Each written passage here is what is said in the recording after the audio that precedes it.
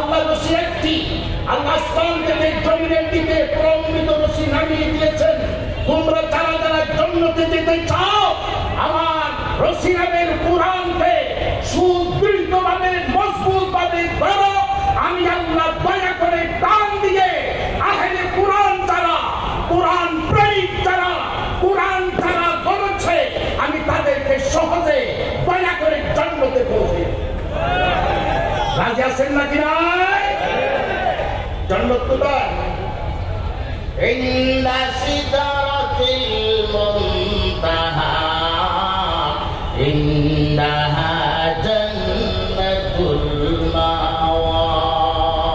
জান্নাত আকাশের আসমানের আল্লাহর শাসনের নিচে, আপনার সাত নম্বর আসমানের উপরে সিদরাতুল মুনতাহা হলো জান্নাত।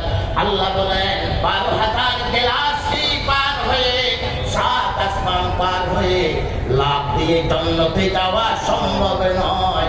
আমি আল্লাহ তোমাদের জন্য সহজ করে দিয়েছি, জমিনে কোরআনের রশি নামিয়ে দিয়েছি। তোমরা যারা জান্নাতে সহজে যেতে চাও, আমার কোরআনের নামের রশি নামে কোরআনকে তোমরা আঁকড়ে ধরো। জান্নাত উপরে রশি নামিয়ে দিয়েছি, নিচের থেকে উপরে আল্লাহ রশি ধরো, টান দিয়ে আমি জান্নাতে পৌঁছে দেবো। আর যারা রশি ধরে নাই, জাহান্নাম